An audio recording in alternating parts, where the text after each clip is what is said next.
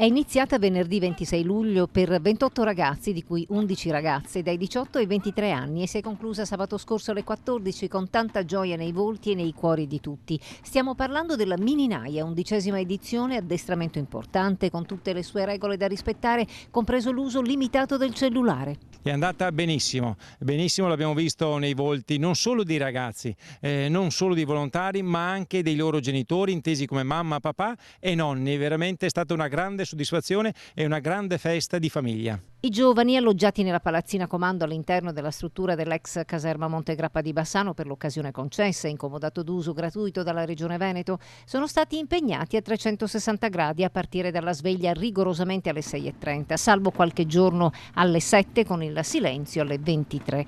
Le attività sono andate dallo spegnimento incendi con uso corretto degli estintori all'arrampicata su roccia, a un corso di salvamento fluviale, non da ultima la conoscenza della nostra storia. Ma soprattutto educazione civica, educazione alla cittadinanza e cantare il nostro inno, quello che unisce l'Italia da nord a sud, Fratelli d'Italia. E ancora un solo spirito che ha contraddistinto questa Mini Naia 2019, oramai da sabato scorso soltanto un ricordo. È il nostro spirito alpino. Il spirito alpino vuol dire solidarietà, vuol dire conoscenza della nostra storia, conoscenza di tutte quelle che sono state anche le vicende storiche che hanno coinvolto il nostro territorio, la nostra regione e la nostra amata e cara patria. Un addestramento che comunque spesso non rimane solo fine a se stesso. 4 dei nostri ragazzi si sono iscritti come volontari in ferma annuale VFP1 e uno si è iscritto proprio fresco alla protezione civile della sezione Montegrappa di Bassano. E qualche lacrimuccia al momento di andarsene. E qualche goccia di lacrime ci aiuta anche ad apprezzare meglio la vita.